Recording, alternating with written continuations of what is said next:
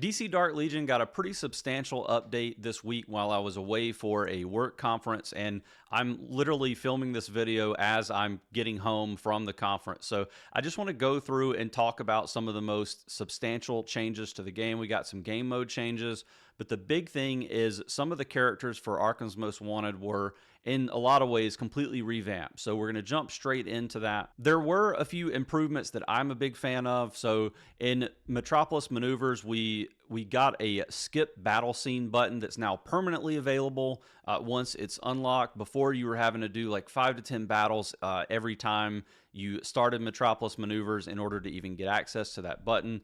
Big change there. They fixed the stupid battle camera that would basically go back and forth, and there was no way for you to control it. So that is gone. After you skip a battle, the camera no longer locks onto the vehicle.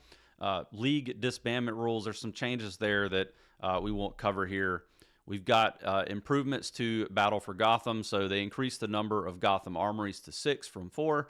I don't know if that's going to be enough to change the congestion that's happening at the center of the map, but it's at least, you know, something, and we'll be monitoring that as we go into the next Battle for Gotham. Improve the results in President Award distribution screens.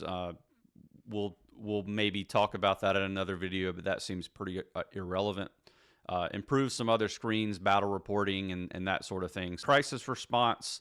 Looks like they have changed the crisis response ally task distribution. So if you actively help others in your league, you're more likely to have your task become a target for your other league members. So people who are more involved in helping people out are going to get more crisis responses completed themselves. So if you've been worried about like not getting a lot of those pre-completed for you when you log in, the answer now is going to be because you didn't help your league mates. You can now see Scarab circuits in your chip inventory for the cord chip or Scarab system.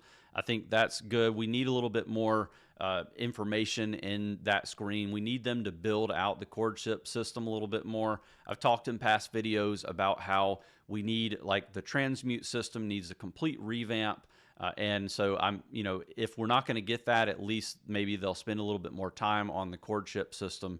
So getting to see those Scarab circuits is, a big quality of life thing, in my opinion. They improved the legacy piece screens. Well, I say improvement, but there's at least one concern that I have here.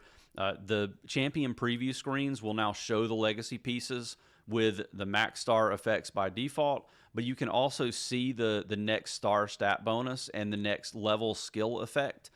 There's like a list that you can go through, and you can actually see that now. They have reverted, I believe it used to be this way before, where there's a confirmation screen, but basically they say they streamlined it, but you can now upgrade a legacy piece with a single tap on cast without a second confirmation. I hate this change. I think it's terrible. I don't care if you can see all the stuff that you need to know before you do the upgrade, before hitting that button. If they make it where you can hit the button to purchase a legacy piece or an upgrade without confirmation, people are going to lose magic eyes clicking that button, and it is going to infuriate people. And I think this should be automatically reverted back. It's silly. It's just one extra click. And if people complained about this, I really don't understand you, because there is no reason why you can't spend the extra half second clicking a second time to get through if you want to spend magic eyes on an upgrade. This is the hardest resource to get in the game, and to accidentally purchase a star upgrade on a legacy piece could set your account back by a week or two, depending on, especially if you're a non-spender, could set your account back by a month. So I just don't like the change. They did add a legacy piece preview button to the legacy piece screens, so it allows you to view those stat changes without clicking the button. But again, just don't understand why they would make that change. Improve the experience of using items in batches from the inventory, so that's fine. Lineup saving rules for gameplay modes, I like that. Checkmate Crisis replay experience, I'm curious to look at that whenever Checkmate's back up again.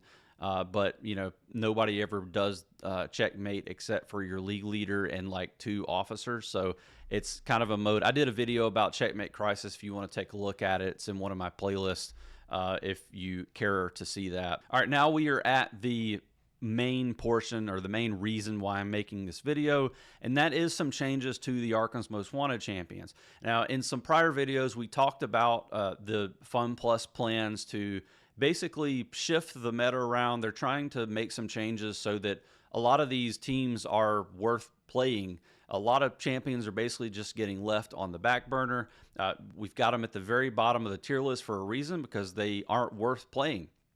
It seems like FunPlus's plan with what they're doing is trying to make some of these legendaries and mythics viable for early gameplay, mid-game, like before you get to level 35, and realistically for non-spenders and very light spenders, trying to make them viable in the meta at a lower level for people to use and invest the resources in. You know, the problem that I have is I'm not going to recommend that you build a substandard character and put, 2,000 ACDC shards into them just because I know you can't pull all the bleed mythics every time one of them shows up. I just don't. I think that's an inefficient way to build your roster, and I'd rather you focus on building one team for a year than build a bunch of substandard teams for the first year you're playing and not really be able to compete at a high level. So, I have some reservations about the way they're doing this. If anything, like, what would make sense is that those mid-tier and low-tier, like legendary and mythic, regular mythic champions, the ACDC shards cost less. Like, the investment cost is less than investing into a bleed limited mythic. And then it might make a little bit more sense for mid-game players to do what they're doing. But as long as ACDC costs pretty much the same for regular mythics versus bleeds, it's kind of silly. At any rate, let's talk about these kits. So Poison Ivy, they've basically, what they're doing with her kit is making her a pure healer. Whatever little bit of bad damage that she could do in the first place is gone. There's also some questions around whether her super armor works anymore. I've heard mixed opinions about that. It's supposed to still be there, but I mean, even if it is, she's not as good as we thought she was going to be with these changes in place. Curious to hear if there's any testing being done right now on the new changes to Poison Ivy. So let me know. But I do think she's going to be a good alternative healer to Mira at the very early game. You can use Poison Ivy with Harley, who you also get for free. And I do think that's going to be like an early game thing that will make a lot of sense. But basically, the previous version of her ultimate, she would summon a bunch of vines, and those vines would heal the target for a percentage of attack.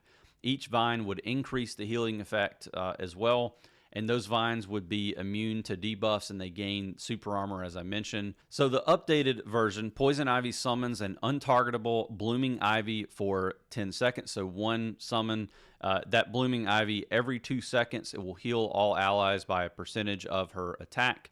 So it's basically like going to be a heal over time, just kind of like a passive healing effect that's going to affect your champions.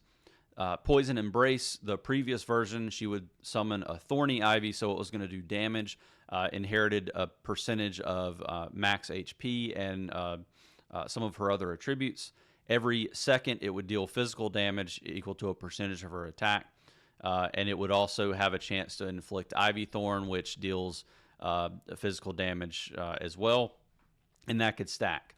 The updated version, Poison Ivy summons a Thorny Ivy near an enemy, inheriting 10% of her HP, and it lasts 10 seconds. It doesn't inherit all the other attributes, it seems like, but the Thorny Ivy can't move, and every 2 seconds it will deal spiritual damage equal to a percentage of Poison Ivy's attack to nearby enemies. The next skill, Bloom of Life. This is the healing ability, and previously she would summon a Blooming Ivy next to one of her allies.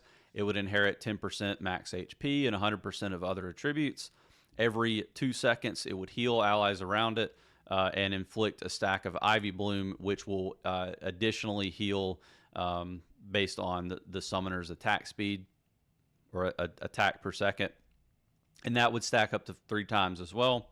The updated version, whenever Poison Ivy summons a blooming ivy or thorny ivy. It immediately heals all allies for a percentage of her attack. So it's kind of pulling from the ultimate and the first basic, which both can summon. Like it doesn't seem like there's a stacking It doesn't seem like the feature is limiting the amount of ivies that can be summoned. So I suppose that's a positive, but it's going to revolve on how fast she is and how many times she can cycle her ultimate and her first basic. It seems like it could be a good kit in terms of keeping the team alive, but we're just going to have to see more about how it works. Death's Embrace, the final skill, previous version, Ivy would unleash bewitching spores, and those would deal damage equal to a percentage of her attack to an enemy, and also inflict bewitch, which would cause the target to move towards her. Basically, an incapacitate effect. It's only a single target thing. It's not the full team, so it's not as effective, but it was a pretty effective ability. Updated version of Death's Embrace. At the start of the battle, for each Arkham's Most Wanted ally present, Poison Ivy's healing done is increased by a percentage, and that's pretty much it. Nothing else, like no bewitching spores or anything like that. So the incapacitate is gone. We do have some updates to the multiversal force for Poison Ivy. We have Poison Embrace Enhanced. The previous version would increase Thorny Ivy's attack. The new version will reduce the cooldown of Poison Embrace, so she's going to be able to cycle that faster. It actually will be worthwhile to get this force talent updated as much as you can. Second one is going to be Bloom of Life Enhanced, and that one previously would increase the attack of Blooming Ivy. The updated version increases Poison Ivy's max HP. Not sure how much I'll want to invest in this one, but it would increase, I suppose, the stats of the Ivies that she summons and allow them a little bit more survivability. And then Death's Embrace, previous version was it would reduce the cooldown of Death's Embrace by a few seconds. The updated version increases Poison Ivy's healing done by a percentage. You'll definitely want to invest in this one if you're relying on Ivy as a healer. The last thing I'll say about Ivy is I don't understand why they think that this is going to be helpful for the Arkham's Most Wanted team when basically, like, once you get access to the Riddler and the Conundrum Cane specifically, he's basically going to be your healer for the team. We've already been seeing it for the last couple of months or so, like however long we've had Riddler on beta servers and the early global launch servers. So, obviously they're trying to, I guess, market this character as like an early game healer for Arkham's Most Wanted until you get access to Riddler, but then she's going to become incredibly irrelevant after that. The next character is Penguin, and huge adjustments to the Penguin's kit. He's actually viable now. He's actually, I would say, like Joker light. We've kind of been tossing that term around a little bit, kind of like your gateway to having the Joker in your account.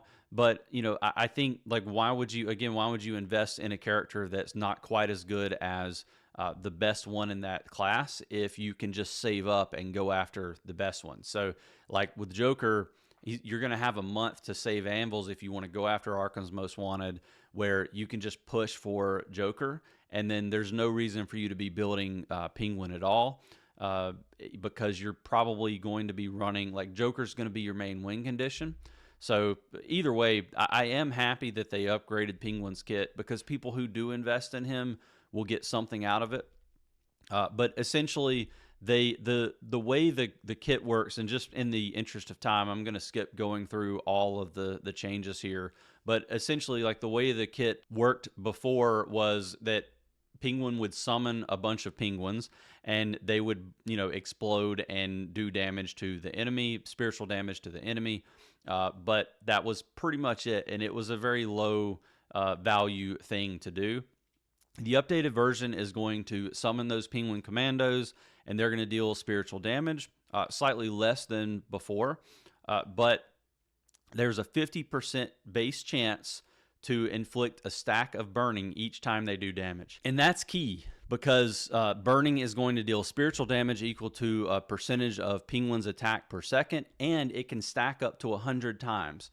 So there are some mechanics in the kit now where basically he's going to have the ability to summon more and more penguins. So it's going, like, the damage is going to be iterative. You'll be doing more, like, base AoE damage, summoning more penguins, and then more chances to inflict burning, which is just going to, like, steamroll your character. I think penguin might actually be very viable for combat cycle now, but as far as PvP and other types of game modes, I don't know whether he's going to push that envelope. And then we have Bane. They made a couple of changes to Bane. This is something that I think a lot of people have complained about in the past. I believe this is a straight up nerf to Bane, but they increased the it looks like the damage of his ultimate a little bit, but they fixed what they're calling a bug, which is what would happen is every time he did his ultimate, it would make it where that character was unable to do any take any actions afterwards. So it was like an incapacitate, which made him incredibly good for killer tank. He could actually pop 3 tires with his ultimate. Now that's gone, so a lot of the functionality to use Bane is gone. He's still incredibly tanky, super survivable, still viable, I think, as a character, and I don't think it moves him too much on the tier list, but definitely a little bit of a nerf to Bane's kit there. And then Scarecrow, I think they realized how poorly Scarecrow has been performing post massive nerf, apparently, to his kit. So they did add a new effect to the skill growing terror, and it's going to increase Scarecrow's max HP by a percentage. We'll see how that goes. Let me know in the comments if you've been doing any testing on that to see whether it matters. I appreciate you sticking with me for this video. I'm definitely curious to see how all these characters test out in the future. They continue to go on this rampage of wanting to make Arkham's Most Wanted the best team in the game. I don't know what the purpose is for continuing to focus on this team, but we'll see what's coming next. I think we'll probably end up seeing some updates to a couple of the other factions as we move forward. Maybe Teen Titans, Bat Family might be next. So I'm definitely curious to see how that's going to go as they push forward with all of these changes. If you enjoy this video, hit the like button, subscribe to the channel. You'll get notified when I put out new DC Dark Legion content and content for other games. And if not, I still hope to see you in the next video.